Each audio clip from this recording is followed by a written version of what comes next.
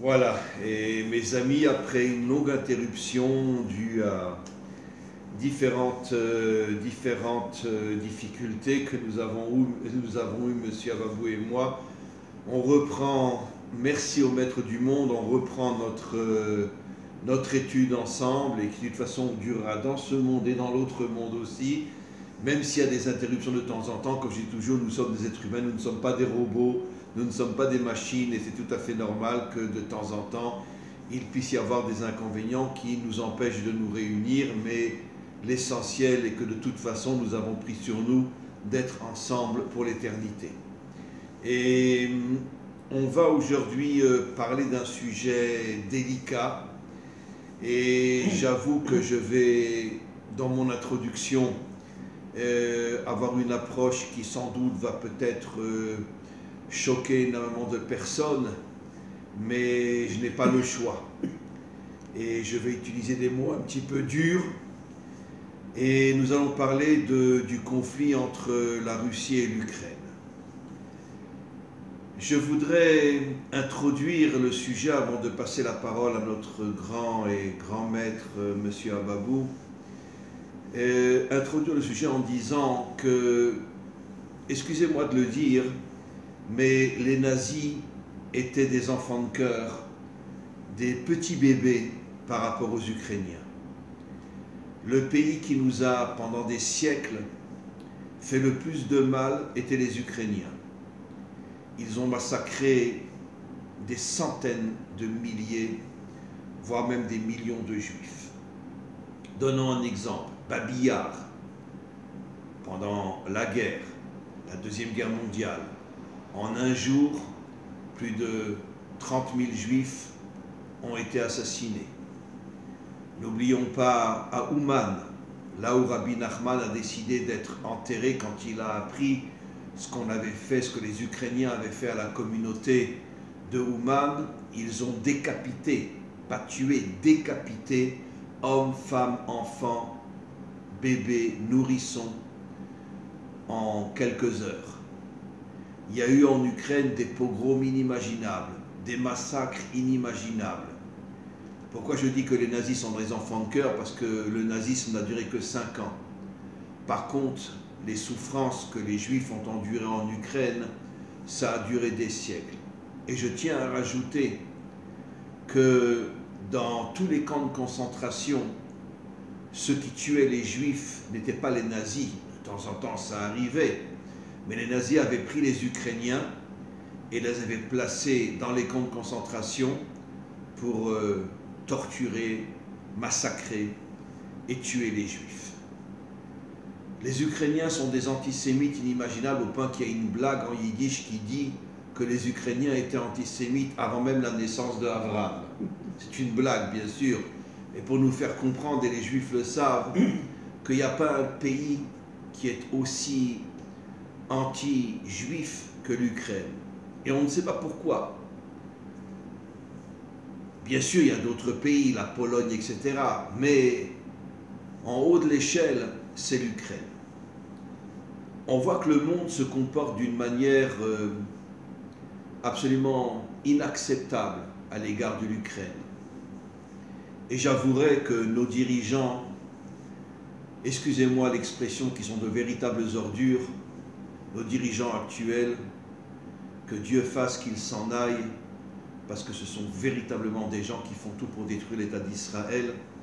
J'ai la conviction certaine qu'ils sont sous la table, en lien avec Biden et les Iraniens, pour préparer la bombe atomique qui est censée tomber sur Israël. Et je sais que personne n'acceptera ce que je dis, mais je n'ai absolument aucun doute que nos dirigeants actuels font tout pour détruire l'État d'Israël. La preuve, c'est qu'ils ne font rien, à la différence de Bibi et d'autres qui ont attaqué l'Iran pour empêcher la création de la bombe atomique. Nos dirigeants ne font rien. Ils veulent la destruction de l'État d'Israël. Et ils ont envoyé énormément de nourriture et de médicaments, des médecins aussi, une centaine de médecins ils ont envoyés en Ukraine. Et comme s'ils ne se rappelaient pas, comme s'ils ne se souvenaient pas de ce que les Ukrainiens ont fait pendant des siècles aux Juifs qui se trouvaient là-bas. Et ne parlons pas des camps de concentration où ce sont encore une fois les Ukrainiens qui massacraient les Juifs. Le monde entier est du côté des Ukrainiens. Et le monde entier ne se rend pas compte.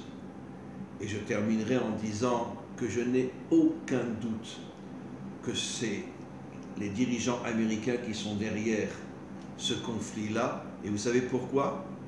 Ils ont voulu créer un conflit entre les Russes et les Ukrainiens afin d'avoir le champ libre et de pouvoir continuer à négocier avec les Iraniens pour préparer la bombe atomique qui est censée tomber sur Israël. Et ils avaient besoin, on pourrait dire, d'être soulagés de toutes les tensions qui sont sur eux à l'égard des Iraniens, et c'est eux qui sont derrière cette guerre-là. Je vais vous étonner en vous disant que le seul pays au monde où il n'y a pas d'antisémitisme, c'est la Russie. Le seul pays au monde, aujourd'hui je parle, parce que bien sûr qu'il y a eu de l'antisémitisme en Russie, le seul pays au monde où Poutine est un grand ami du grand rabbin de Russie, et ils sont pratiquement toujours ensemble, c'est le seul pays au monde où il n'y a pas d'antisémitisme aujourd'hui, le seul pays au monde où le dirigeant de la Russie est l'un des plus grands amis du grand rabbin de Russie, qui est d'ailleurs un Lubavitch, un Chabad. Et on le sait, Poutine lui-même a grandi une grande partie de sa vie dans une maison juive. On sait que Poutine nous donne le feu vert à Israël pour combattre les Iraniens qui essayent de s'installer en Syrie pour être proches de nous, et il ne s'y oppose pas. Et donc le monde entier est contre Poutine, le monde entier dit que c'est un dictateur. Je ne dis pas que c'est un homme parfait, évidemment que Poutine fait aussi des choses que nous ne comprenons pas. Mais par rapport aux Ukrainiens, c'est un ange par rapport aux Ukrainiens. Parce que les Ukrainiens sont de véritables salopards, de véritables crapules, et tous les dirigeants du monde entier sont de véritables crapules, y compris les nôtres, qui sont du côté de l'Ukraine, et personne ne veut se souvenir de tous les massacres inimaginables qui ont eu lieu à l'égard des Juifs en Ukraine, plus que dans n'importe quel autre pays. Donc, je remercie le Maître du monde d'avoir, d'une certaine manière, permis aux Russes de pouvoir, d'une certaine manière, consciemment ou non, se venger de tout ce que les Ukrainiens ont fait à Israël et ont fait aux Juifs. Et je cède maintenant la parole à notre ami. Encore une fois, je sais que beaucoup n'accepteront pas ce que j'ai dit, mais sachez, je m'en fiche royalement. Je ne suis pas là pour essayer d'être applaudi, je suis là pour dire la vérité. Vous voulez être de mon côté, tant mieux. Vous ne voulez pas, tant mieux. Ça ne m'intéresse absolument pas. Ce qui compte pour moi, c'est de dire la vérité. Et je cède la parole à notre grand maître, M. Avab. Bien, Rav, d'abord, bonjour. Je suis toujours très content de vous avoir et d'essayer de comprendre avec vous, humblement, aussi synthétiquement possible, la réalité événementielle. D'abord, vous vous êtes qualifié comme étant un amoureux de la liberté et de la vérité. Je suis aussi un amoureux absolu, fou du Hémet. Je suis prêt et j'étais prêt et je l'ai fait, tout abandonné pour le Hémet.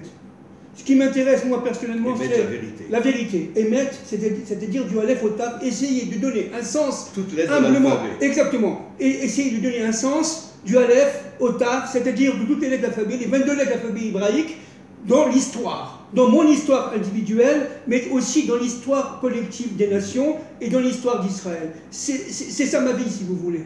Donc, je ne peux comprendre absolument ce que vous dites.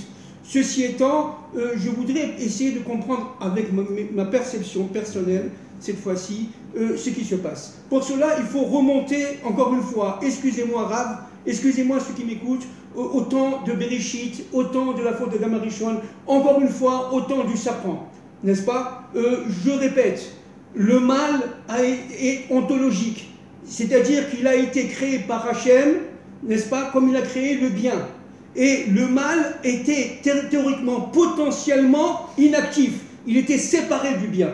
La faute d'Adam Arishon a été de réunir le bien et le mal. Dans le bien, il y a le mal, et dans le mal, il y a le bien.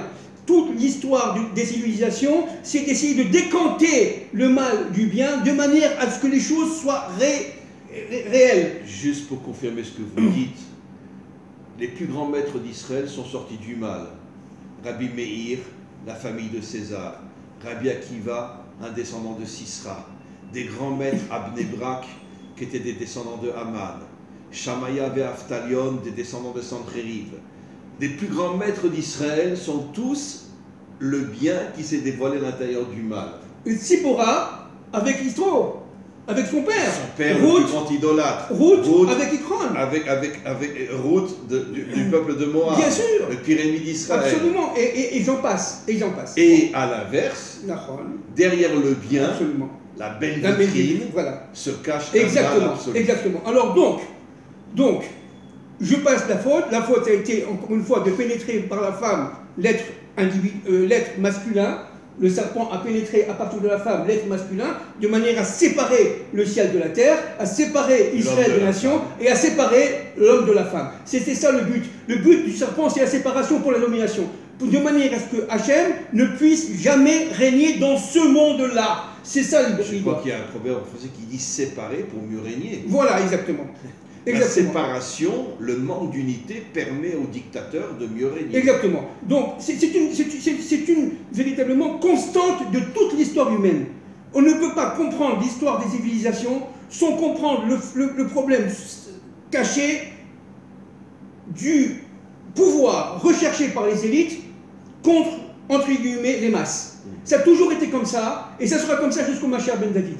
Aujourd'hui, à notre époque, si je prends les 150e dernières années, aujourd'hui, à notre époque, il y a une accélération de l'histoire. Qu'est-ce que ça veut dire? Ça veut dire que les forces du mal, sentant tout simplement la fin, entre guillemets, de leur pouvoir, ont accéléré leur programme de manière à détruire au maximum, à déstabiliser au maximum toutes les structures que Dieu a fait dans la création. C'est ça le but. C'est ça leur but, et c'est ça, si vous voulez, l'élément central de ce qu'on vit aujourd'hui. Vous savez que le Zohar dit... Vous êtes d'accord, hein, mais... C'est pas que je suis d'accord, je me prosterne devant tout ce que vous dites, tellement ce sont des vérités absolues. Je veux confirmer ce que vous dites. Le Zohar dit que juste avant la délivrance finale, tous les dictateurs bibliques reviendront et seront à la tête. Absolument. En particulier du monde moderne de la démocratie. Exactement. Nabucodonosor reviendra, Sanchériv reviendra, Nimrod reviendra.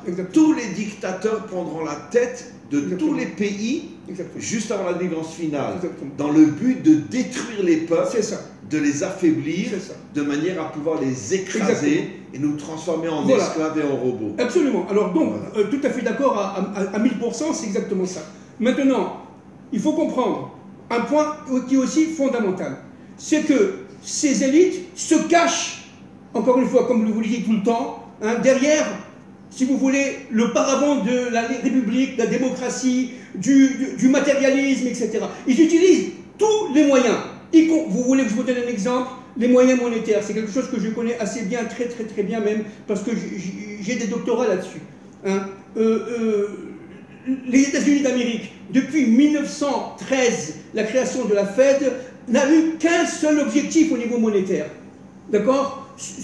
Prendre l'or des nations de manière à renforcer le dollar. Alors il y a un livre extraordinaire là-dessus, n'est-ce pas, qui s'appelle 666, que je lui donne, écrit par Pierre Jovanovic, n'est-ce pas? Et regardez ce que dit en titre M. Jovanovic, la planche à billets américaine qui va amener les banques à leur faillite et déclencher la plus grande révolte des peuples. C'est ça l'enjeu.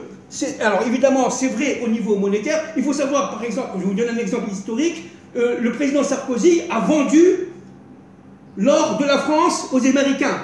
C'est fou. Oui, c'est complètement secret tout ça. Et c'est pas la seule. La Suisse n'a pratiquement plus d'or. Et oui. Alors il faut lire le livre. C'est-à-dire, j'en passe, hein, le Luxembourg, l'Italie est en désespérance. L'or du Vatican, là aussi. C'est-à-dire que les Américains ont acheté avec des dollars j'allais dire en hébreu mésoudiaphim, c'est-à-dire trafiqués, avec des dollars qui n'ont plus de raison d'être, qui n'ont plus de convertibilité. Depuis 1971, depuis le président Richard Nixon, le dollar n'est plus convertible en or. Okay, à partir de ce moment-là, la planche à billets fonctionne. Aujourd'hui, le monde est, j'allais dire, sous perfusion de dollars, mais avec des dollars qui n'ont absolument aucune base monétaire. Rien. C'est simplement des faux billets. Ce sont des. J'allais dire. L'Amérique est le pays qui fait le plus de faux billets au monde. J'allais dire du papier de toilette, excusez-moi. Oui. C'est-à-dire, et quand on va s'apercevoir ça, quand les prix par l'inflation vont augmenter à un tel point que ce sera plus supportable, les nations vont se soulever et à partir de ce moment-là. Déjà, il y a une augmentation. Oui, absolument. Ici en Israël, tout a augmenté. Absolument, mais l'inflation galopante. Les théoriciens de l'économie disent que c'est à peu près à partir de 20%, n'est-ce pas? On en est encore un peu loin, mais on y va. Mais une fois que ça dépasse 20%, ça ne devient plus contrôlable. C'est-à-dire, ça s'appelle une inflation quantitative de monnaie qui fait que c'est plus contrôlable. Et à partir de ce moment-là, c'est la folie. Pourquoi la folie? Parce que tout simplement, le pouvoir d'achat s'écroule. Les milliardaires seront encore plus riches qu'avant. Exactement. Et les peuples seront encore plus pauvres qu'avant. Alors donc, au niveau économique, il y a véritablement une déstabilisation monétaire. Au niveau social, n'en parlons pas, les syndicats ont été muselés. Bien sûr. Au niveau économique, la pandémie, le confinement et tout ce qui s'est passé auparavant a entraîné l'implosion de centaines de milliers, pour ne pas dire de millions de PME dans le monde, n'est-ce pas? Et cela évidemment au profit de quelques-uns, toujours les mêmes élites. Bien sûr.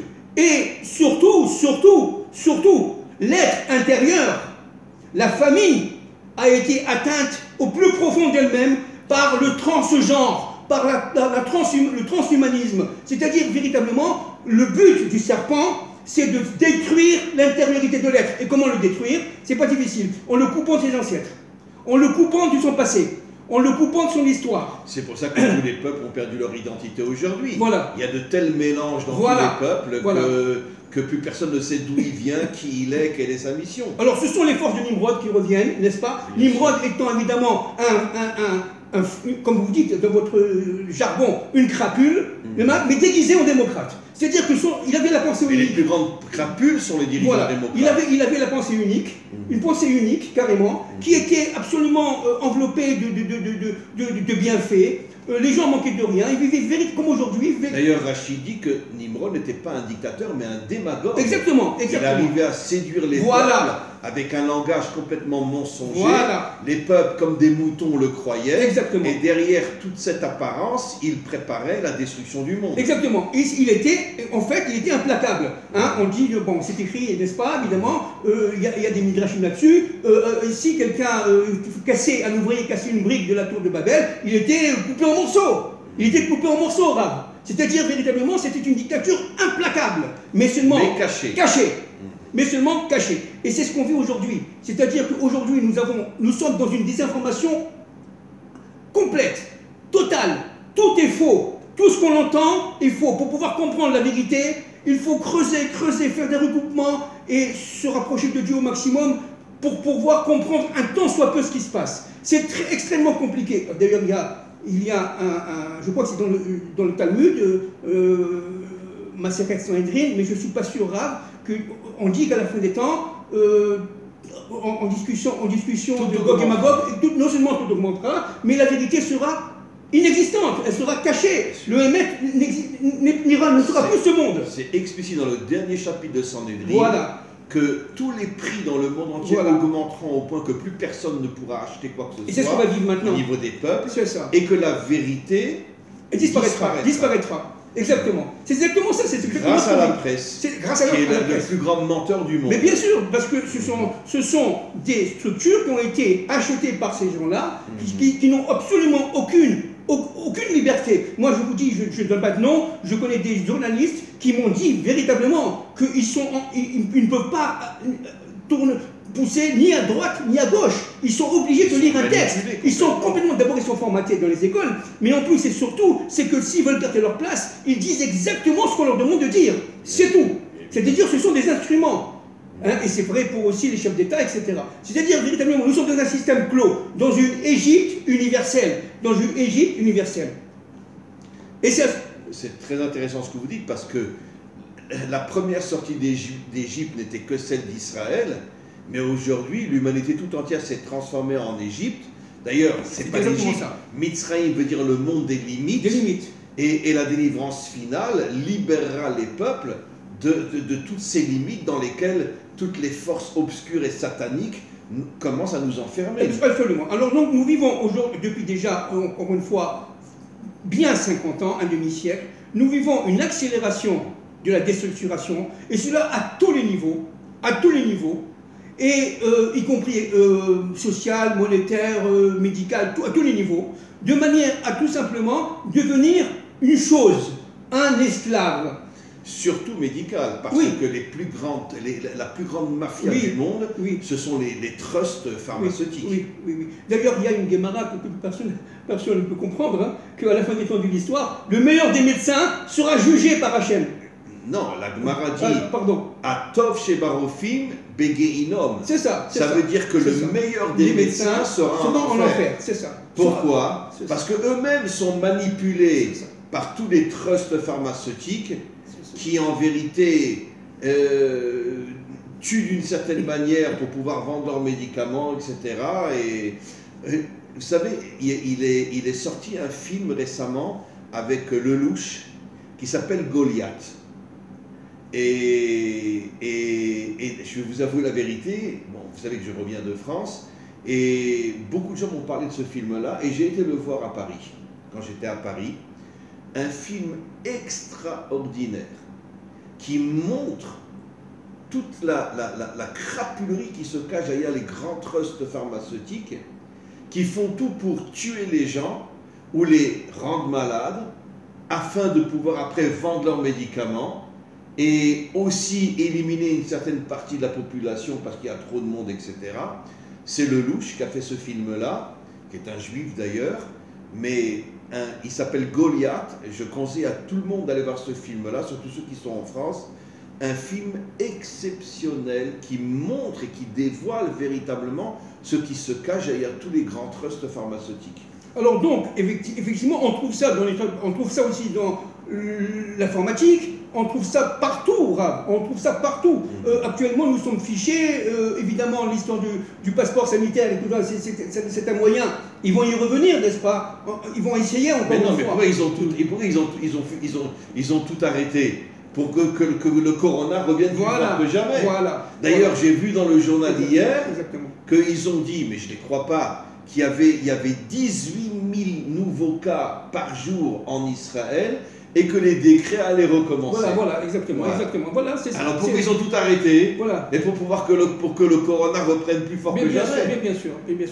C'est un programme. Et moi qui suis non pas un mondialiste, mais un amoureux de la vérité. Un amoureux de la vérité, je répète, n'est-ce pas? Je ne peux pas supporter.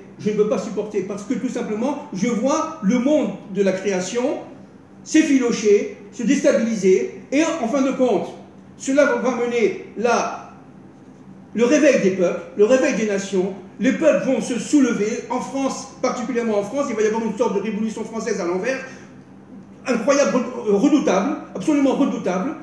Et quand, je n'en sais rien, je ne suis pas prophète, mais ça va se faire très vite maintenant, peut-être dans les mois à venir, n'est-ce pas? Mais je ne peux pas donner de date parce que je ne sais pas. Mais en France, mais aussi en Amérique et partout. C'est-à-dire véritablement, face à ce qui se passe, il va y avoir un soulèvement de la masse. Et les élites vont être, si vous voulez, non seulement démasquées, mais elles vont être évidemment jugées en prison et tout le reste. Et je ne parle pas des élites qui vont faire tchouva. Il y a des élites qui vont faire tchouva. N'oublions pas que Pharaon a fait tchouva. Assuérus a fait tchouva. Voilà. Lui qui a donné l'ordre à Aman d'exterminer les Juifs. Exactement. À la fin de la Megillah, on voit qu'il revient vers Esther. Voilà. Il fait tchouva. Mais qui c'est qui a tué Aman? C'est lui, c'est pas Esther. C'est lui qui l'a pendu. Bien sûr. Lui et ses 10 fils. Et ses 10 fils. Donc c'est très important.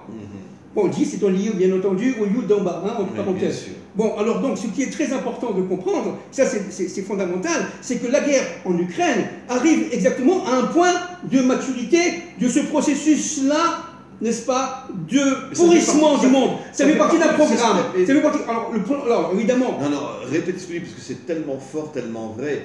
En vérité, tous les imbéciles de ce monde croient, bon, les méchants Russes qui ont attaqué l'Ukraine, mais personne ne se rend compte que derrière tout ça, c'est tout un complot de toutes les forces obscures du monde. Absolument.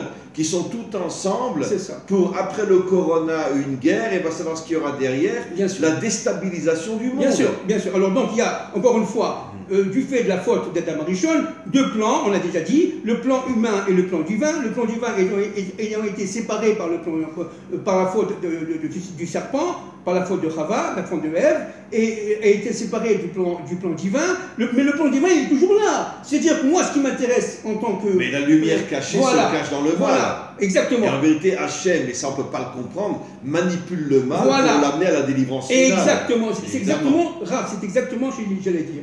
C'est-à-dire, véritablement, ici, il y a, dans le monde secret de la faute, il y a, au fond de cela, il y a le bien.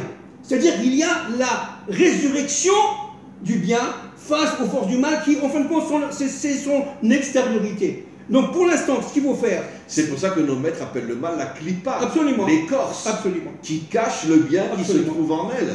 Absolument. Mais c'est pour ça aussi que le Ramchal, dans son livre d'Akakunot, dit que Akadosh Baruch Hu n'interviendra qu'à la fin de ce processus de déstructuration de la création.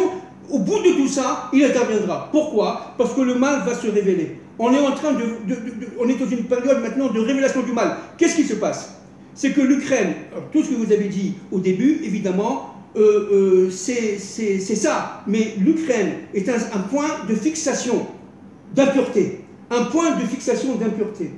Tout, si vous voulez, comme Jérusalem, c'est un point de fixation de pureté, l'Ukraine, c'est un point de fixation. C'est pour ça que les Juifs ont beaucoup souffert là-bas, d'impureté. Maintenant, que fait la Russie sous les ordres, évidemment? Bon, bref. Ok, je ne fais pas de politique du tout, hein. J'essaie de comprendre le plan de Dieu. Que fait la Russie?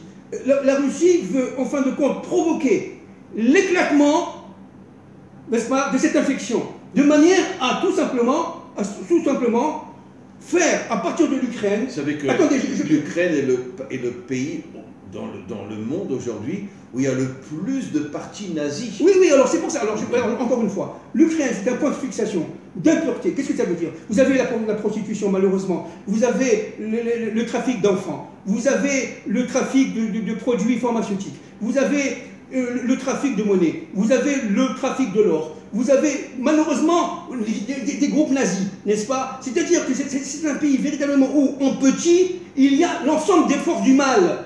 Alors, qui se trouve là-bas. Alors, et ça depuis des siècles. Mais maintenant qu'on arrive à la fin des temps de l'histoire, ça se reconnaît, ça se voit. Maintenant, les forces du mal ont... Bien que le monde entier du côté voilà, bien sûr. Alors, parce que le monde entier est du côté du mal. Mais bien sûr.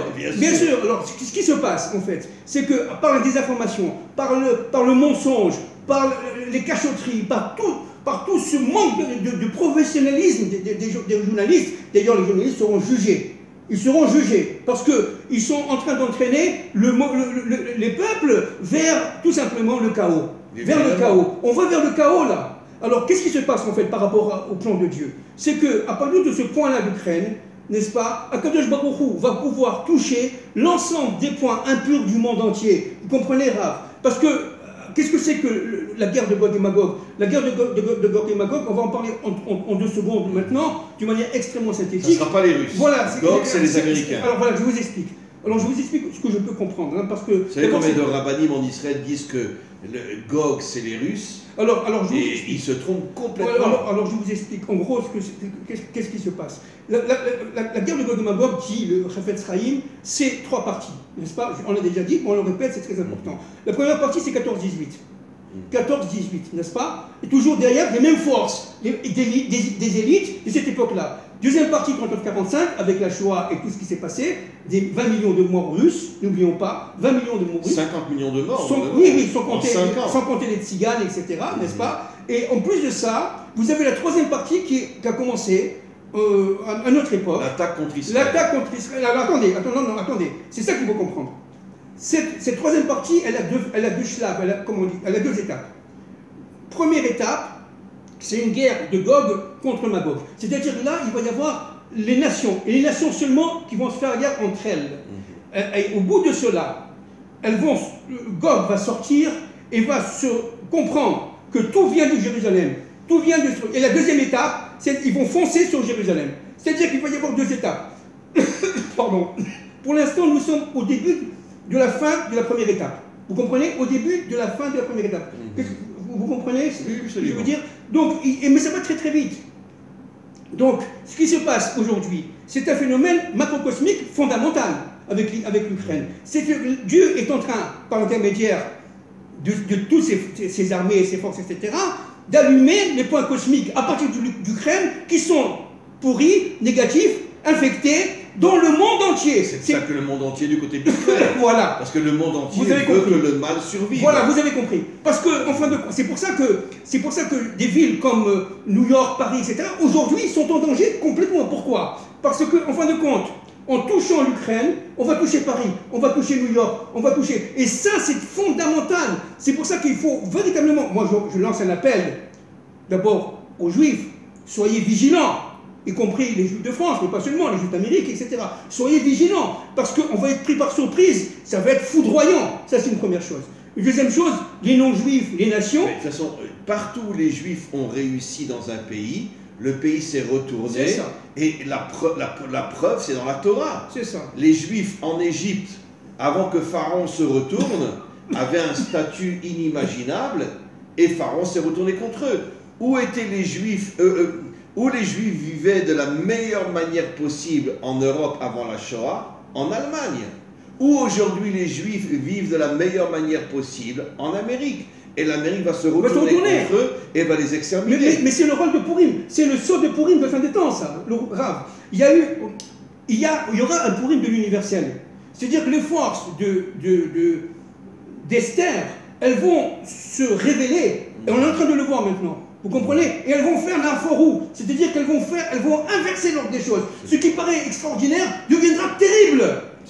C'est pour ça que je lance encore une fois un appel, d'abord à nos frères juifs, mais aussi à nos frères non juifs. Soyez vigilants, soyez vigilants. Ce qui se passe en Ukraine, c'est le début d'un processus qui risque de mener vers la guerre de Gog et Magog et vers une troisième guerre mondiale. C'est évident. Pourquoi? Parce que Akadosh Baruch Hu veut détruire les points cosmiques dans le monde entier, y compris en Chine, y compris à Taïwan, en Asie, etc., de manière à pouvoir faire sortir une humanité qui soit capable de se connecter à lui, de se connecter au plan directeur, de se connecter aux forces du bien, de se connecter au marché Ben David. C'est ça le plan. Ça veut dire qu'on va vers une lumière incroyable. De toute façon, la dernière étape de ce début de la Troisième Guerre mondiale, ça sera le dévoilement du Mashiach. Exactement. Qui se dévoilera lorsque les peuples, lorsque les nations attaqueront Israël. Exactement. C'est en Israël qu'il va se dévoiler. Absolument. À Jérusalem.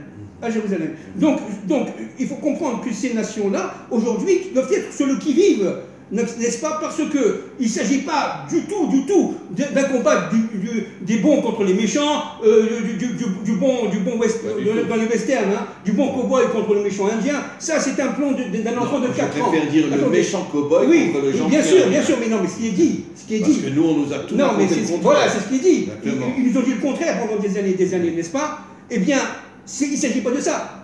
C'est une vue complètement infantile de la réalité. Il ne s'agit pas des bons et les méchants. Il s'agit tout simplement de comprendre que derrière ce plan-là, il y a les forces de Bereshit, les forces du mal, les forces du serpent. Et que Dieu amène cela à maturité. C'est pour ça que la Russie attaque l'Ukraine, parce que dans son subconscient ou dans son inconscient, l'Ukraine est l'atome du mal. C'est exactement dans le monde entier. C'est exactement ce que je viens de dire. Oui. C'est exactement ça. Donc c'est pour ça que ce qui est très important de comprendre, c'est que ce processus qu'on a vécu depuis le 24 février est un processus qui risque de nous mener véritablement à la fin des forces du mal et enfin au retour de la réparation du monde et d'Adam Arishon et du Mashiach Ben David. Ça veut dire malheureusement, en passant par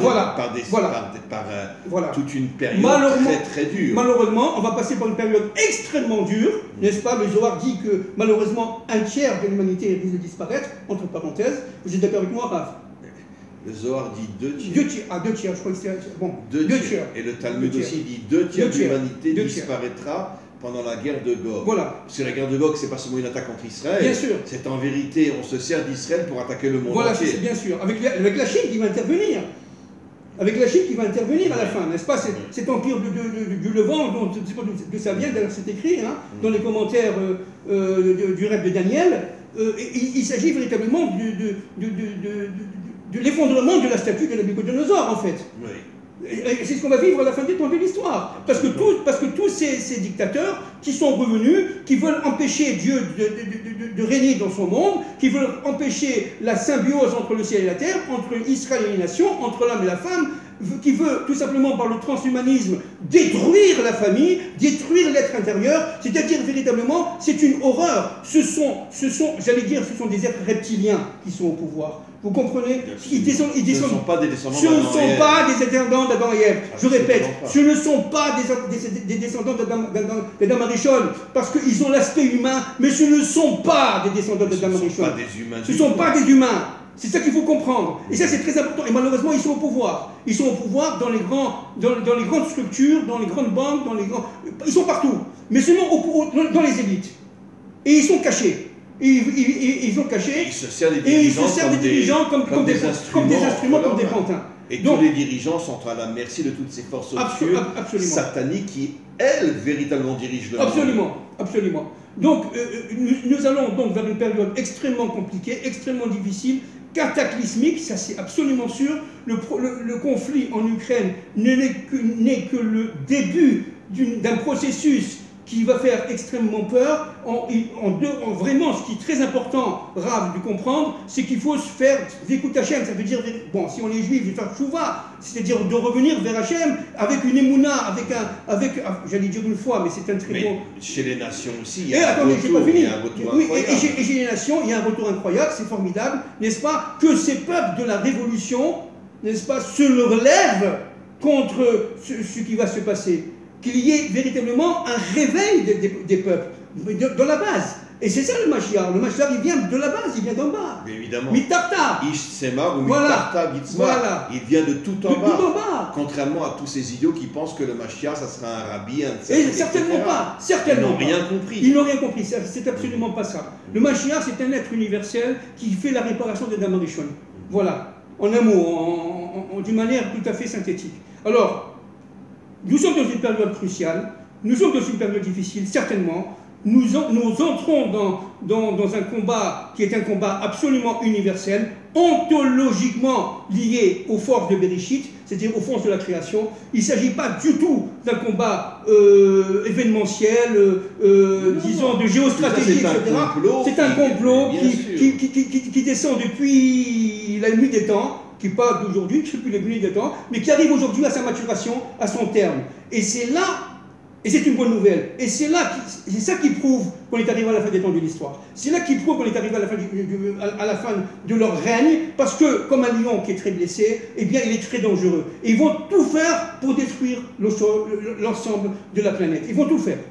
Donc nous, on est obligés tout simplement de serrer, d'être solidaires, de serrer les rangs et tout simplement d'essayer de comprendre un peu ce qui se passe en essayant le maximum de sortir de ces forces des médias dits des médias mainstream ou des médias qui sont financés par ces gens-là. Essayer de faire leur propre analyse. Chacun doit faire. La grande majorité des hommes sur Terre sont complètement soumis aux médias. Endormis aux médias.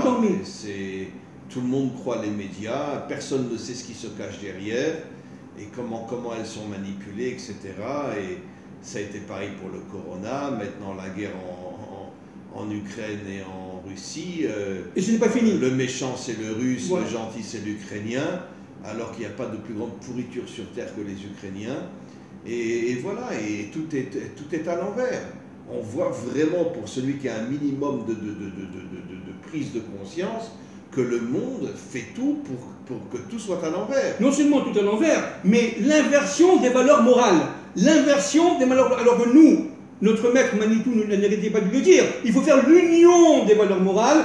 Eux, ils font la division des valeurs morales et de leur inversion. C'est-à-dire véritablement au niveau sexuel, il n'y a plus aucun contrôle, aucune moralité. C'est horrible ce qu'on vit, hein, n'est-ce pas?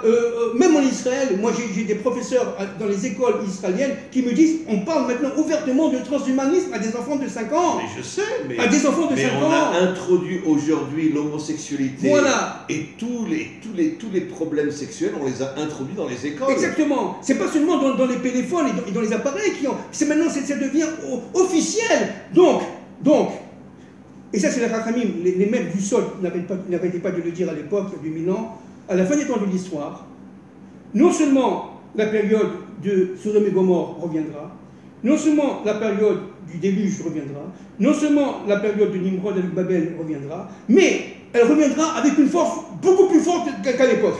Redoutable. Parce que ce sera au niveau de l'universel. Au niveau de l'universel. Et c'est ce qu'on est en train de vivre. C'est-à-dire une déshumanisation des sociétés entières. Entières. Et fondamentalement par le grand mélange, par tout simplement la substitution des valeurs, l'inversion de l'ordre des choses. La situation est très très très sérieuse, grave. Elle est grave, elle est très grave. Mais d'un autre côté, voilà. plus le mal est fort, voilà. et plus on sait que la lumière cachée est dans le mal. Voilà. Et en vérité, on doit avoir cette émouna que plus le mal va se renforcer, et plus on sait qu'on avance vers la délivrance. Voilà. Alors maintenant, le bon côté des choses, il est évident que tout ça, c'est un passage obligé à la lumière. Oui. Pour arriver à la lumière, pour arriver à la délivrance. Vous allez me dire, Fabien, est-ce que vous êtes optimiste? Oui, après ce passage-là, je vois un monde absolument fabuleux, extraordinaire, le monde d'Adam Arishon avant la faute. Où il ne restera que les descendants d'Adam et Ève. Voilà, où il ne restera tous les reptiliens et toutes ces forces obscures seront déguisées en apparence humaine vont tous disparaître. Exactement. Et les religions seront, elles aussi, comment dirais-je, purifiées. Non, oui, mais attendez. Non. Le message ne disparaîtra pas. Ce qui disparaîtra, c'est l'extériorité du message. C'est-à-dire la religion qui est là pour affaiblir les gens. On est d'accord. Mais le message lui-même reste. Comme disait Marx, l'opium des peuples. Absolument. Mais le message restera, grave. Oui, la connexion à Dieu, oui, mais ça sera une révolution totale. Absolument. Toutes les religions vont s'effondrer. Absolument. Parce qu'on va comprendre qu'elles avaient été en vérité créées par tous les dictateurs dans le but d'affaiblir et de déconnecter les peuples de la réalité. Ce qui est très important, c'est la lumière intérieure qu'on a ici. Le Or Haganouz, la lumière cachée. Et c'est ça que le Mashiach va allumer. C'est ça. Donc il faut être extrêmement optimiste, malgré ce qu'on a dit tout à l'heure. Mais aujourd'hui, il faut être extrêmement optimiste parce qu'il s'agit d'allumer la lumière aux populations juives et non juives, hébraïsées et non juives, qui attendent cela avec impatience pour pouvoir les connecter au seul Dieu maître de l'histoire. Voilà, écoutez, encore une fois, on va remercier le maître du monde de nous avoir inspirés de cette manière, de vous avoir inspiré de cette manière, et j'espère que tous ceux qui écouteront cette intervention aujourd'hui comprendront que, encore une fois, je voudrais terminer en disant que l'extériorité est de plus en plus catastrophique, mais nous devons avoir cette émouna totale que, comme le disent nos maîtres, l'extériorité s'appelle une écorce, et plus l'écorce est dure, et plus elle cache en elle une lumière infinie. Une lumière infinie. Qui aujourd'hui, nous en sommes absolument sûrs, est la lumière de la délivrance finale. Bien sûr. Alors, je voulais, avec votre accord, finir cette intervention. Il est évident que l'accouchement sera douloureux, mais le bébé est magnifique. Il n'y aura pas de péridurale. Il n'y aura pas de péridurale. Mais le bébé est magnifique. D'accord? Il est tout rose. C'est-à-dire qu'en fin de compte, la lumière qui est en nous va resplendir. Chacun selon son niveau, bien entendu. Ça, c'est une première chose. Une deuxième chose, il faut comprendre que le monde qui est annoncé est un monde où le bien régnera partout. Partout, partout. La lumière sera fécondante. Elle fécondera sa propre lumière, et cela à l'infini. Ça, c'est une deuxième chose. Une troisième chose, la famille tout ce qui est, se reconstituer. voilà, la famille, tout ce qui est le microcode social. Ce que dit la Torah, exactement. les Mishpechot Adama, les voilà. familles de la terre. Voilà. Pas les peuples de la voilà. terre, les familles de voilà. la terre. Et les familles vont se reconstituer non seulement au niveau individuel, mais aussi et surtout collectif. C'est-à-dire les nations, elles vont disparaître telles qu'on les connaît depuis Babel. On va revenir au monde d'avant Babel, où les familles de la terre vont se réunir, elles vont se compléter dans leurs fonctions et elles vont être solidaires les unes par rapport aux autres. Donc c'est un monde absolument extraordinaire, lumineux qui attend l'humanité, mais une humanité en capacité de connexion. Et c'est ça l'enjeu. L'enjeu, c'est de détruire le mal. Et Dieu a juré de détruire le Zerer Amalek.